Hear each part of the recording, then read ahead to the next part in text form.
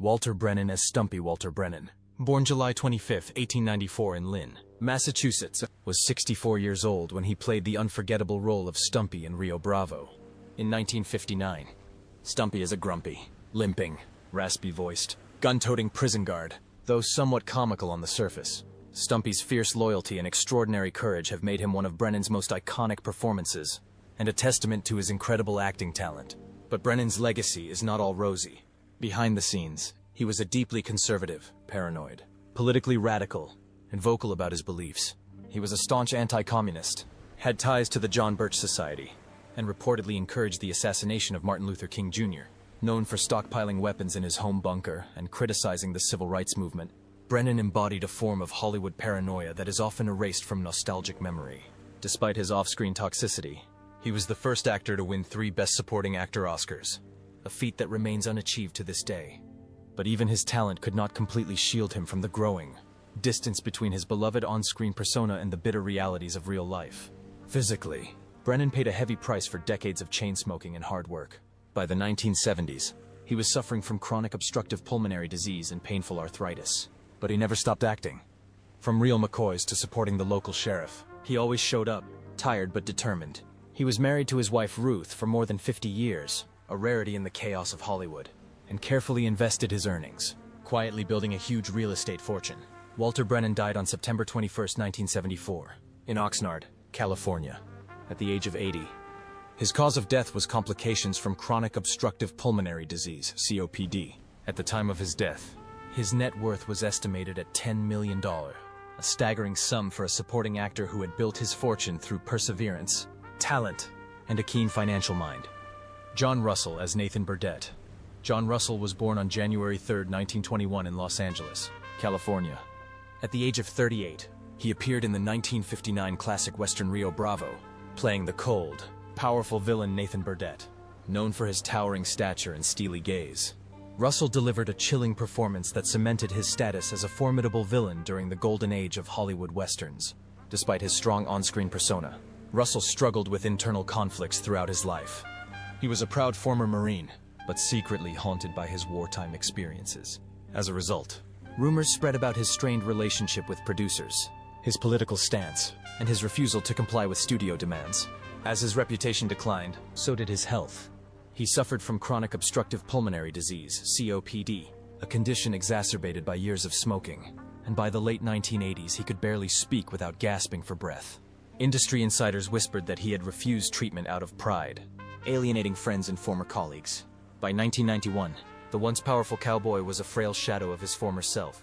John Russell died on January 19, 1991, at the age of 70, in Los Angeles, of emphysema. His death went largely unnoticed by a new generation unfamiliar with his era, but his loyal fans mourned it quietly. At the time of his death, Russell's estimated net worth was around $1.5 million, a modest sum for a man who had been the face of law and order on television. Pedro González as Carlos Robante. John Wayne as Sheriff John T. Chance. John Wayne, born Mary and Robert Morrison on May 26, 1907, in Winterset, Iowa, was 51 years old when he played Sheriff John T. Chance in the 1959 film Rio Bravo. In this classic western, he plays the quintessential American hero, unyielding, proud and unyielding, fighting a violent gang with the help of a drunk, a child and a crippled old man. His role is more than just a gun-toting sheriff. It is the epitome of American masculinity, a man defined by loyalty, honor and courage with a gun. But the man behind the badge was much more complex and darker. Wayne lived a life of controversy, broken marriages, addiction to cigarettes and alcohol, and a political legacy that still divides people. A fierce anti-communist, he helped blacklist actors during the McCarthy era, starred in propaganda campaigns like the Green Berets, and was so right-wing that Stalin reportedly considered having him killed. And then came the 1971 Playboy interview, in which he blithely promoted white supremacy, belittled Native Americans as selfish, and derided gays as fags. His words were more than opinions.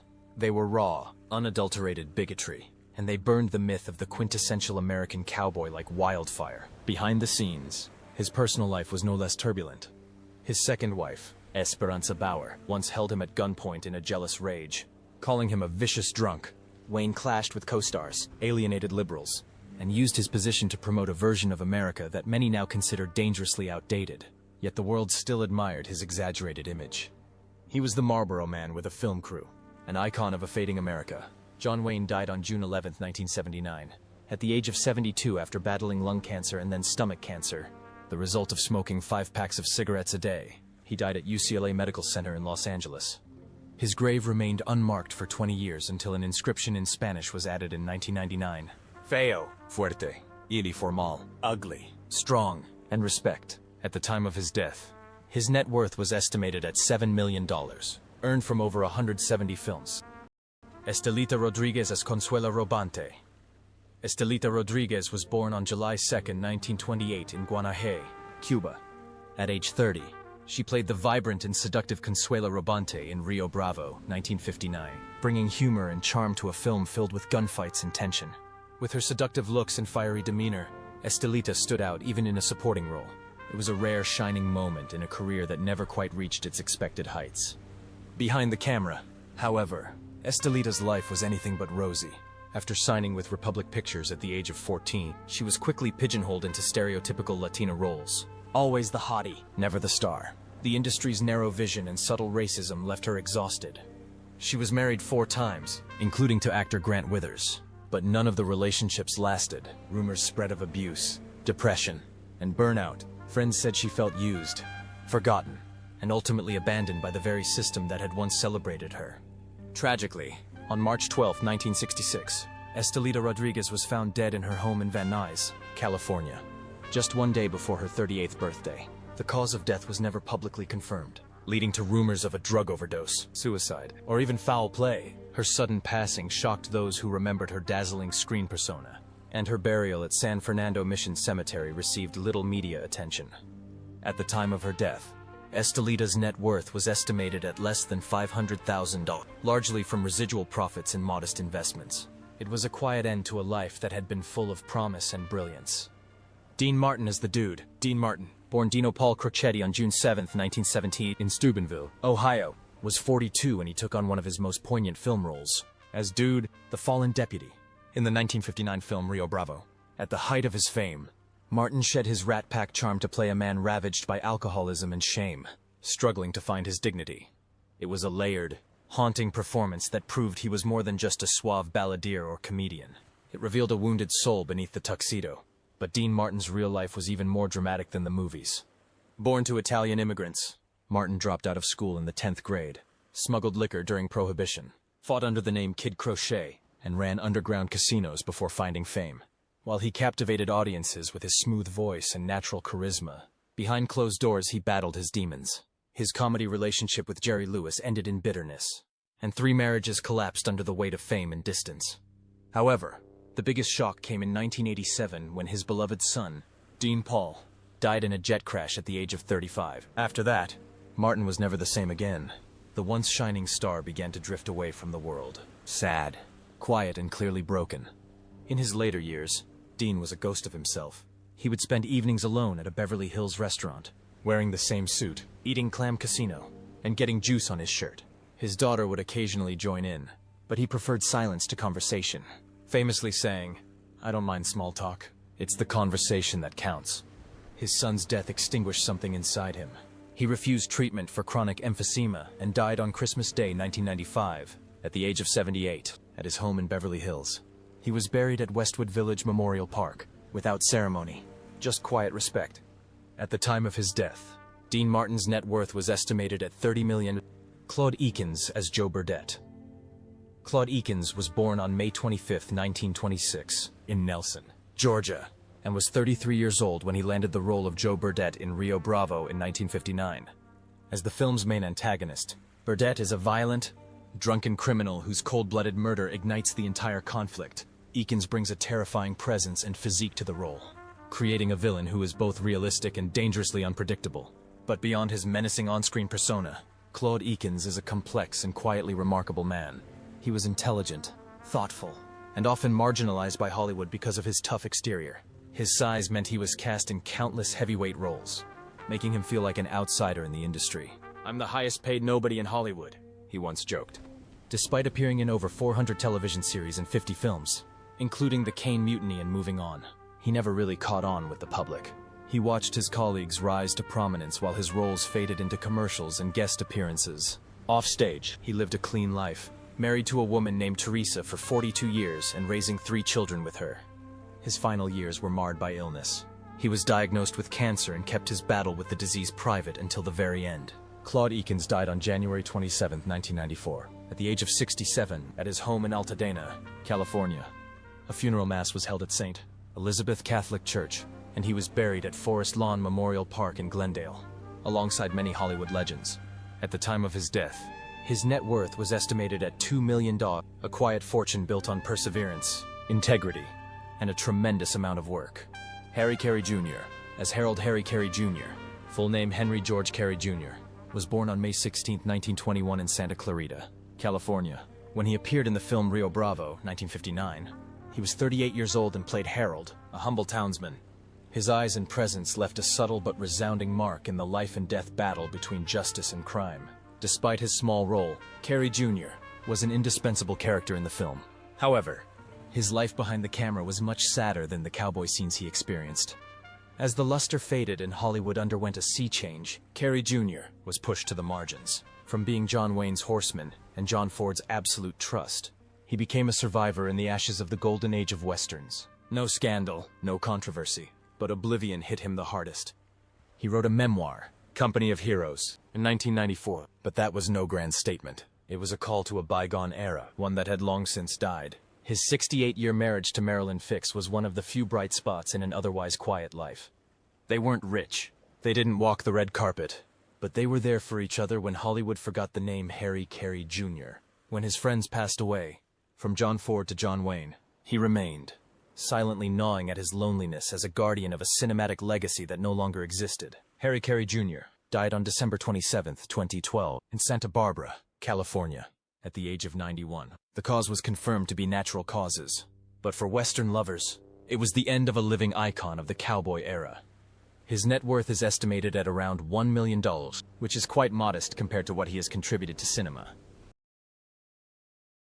Pedro González González was born on May 24, 1925, in Aguilares, Texas. At age 34, he appeared in the 1959 classic Rio Bravo as Carlos Robante, a kind-hearted Mexican hotelier who aids and shelters Sheriff John T. Chance during a tense confrontation with the Burdett gang.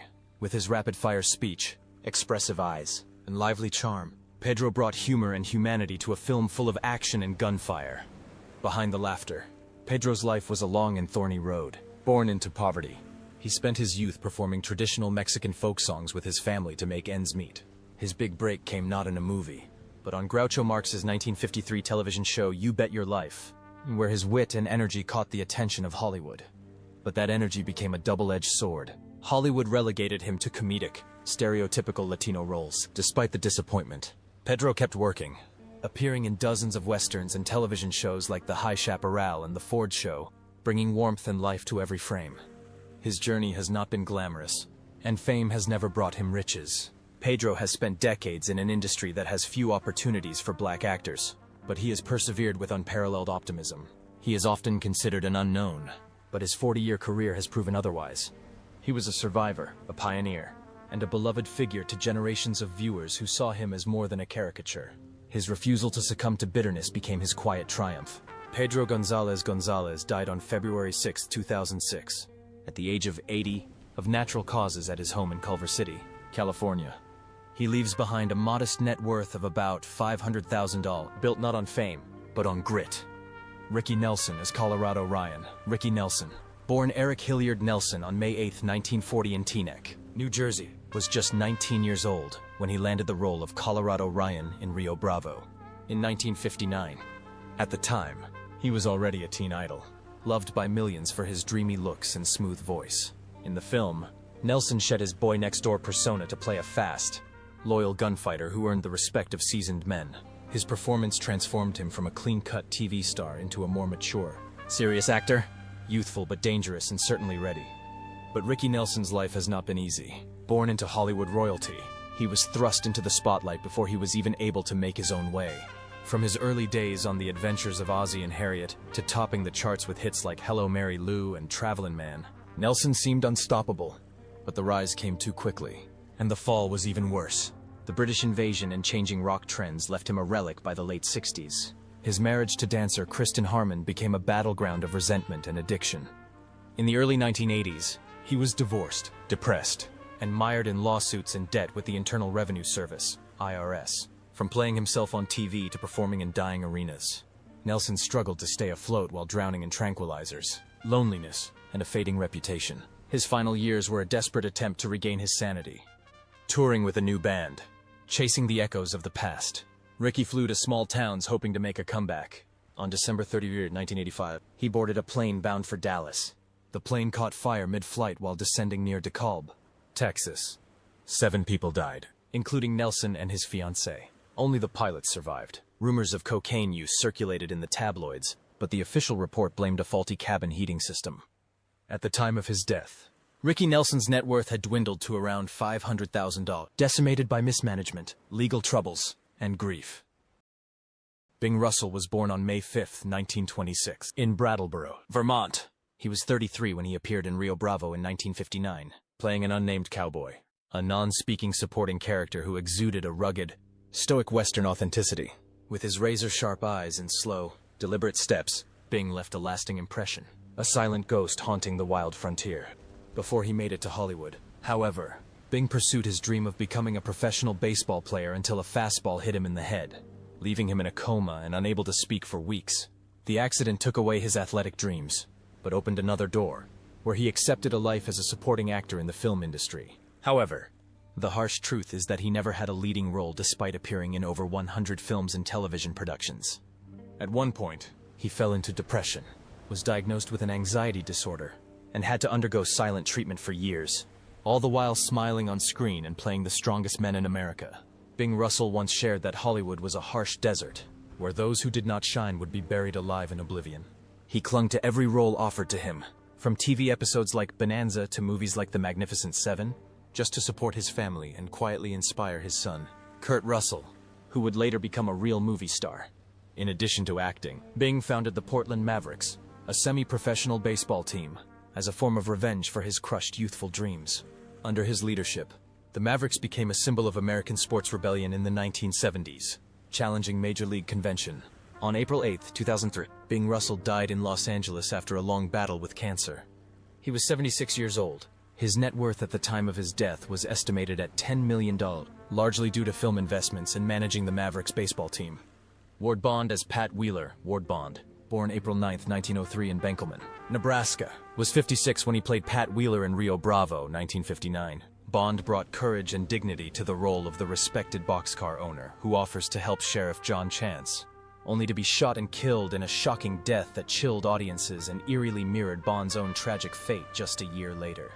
Behind his rugged charm and commanding presence on screen, Bond lived a life of pain, loneliness, and behind-the-scenes drama. In 1939, he was in a car accident that left him with permanent leg injuries, but he continued to overcome the pain, appearing in over 200 films, including The Searchers and It's a Wonderful Life. Despite playing Major Seth Adams in the hit television series Wagon Train, fame did not come without peace. Bond had a bitter feud with co-star Robert Horton, stemming from jealousy, ego conflicts, and even rumors about Horton's sexual orientation that Bond allegedly spread. It is said that they reconciled just one day before Bond died, but it was too late. Bond never married, had no children, and devoted himself entirely to his career.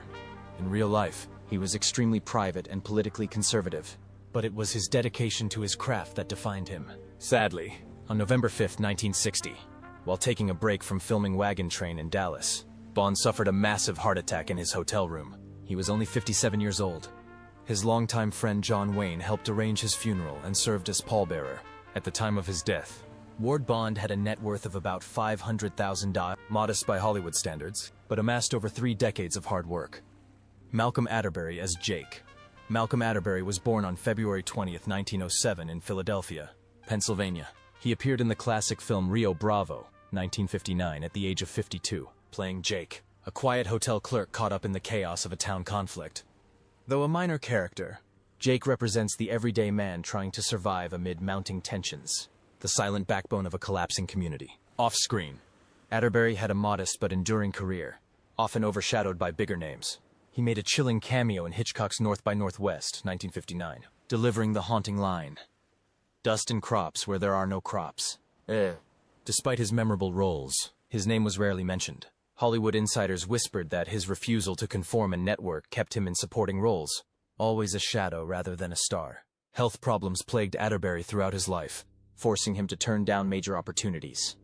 It is said that he fought his illness quietly, choosing to work quietly in television and theater. His career was marked by small but essential roles, each with quiet dignity, while his real-life battles remained largely unknown. Malcolm Atterbury died on August 16, 1992, in Beverly Hills, at the age of 85. The cause of death was never released. He was buried at Forest Lawn Memorial Park, the resting place of many Hollywood legends. Although his net worth is estimated at less than $1 million, his legacy lies not in his wealth, but in the depth he brought to even his briefest appearances as Russell the Cowboy.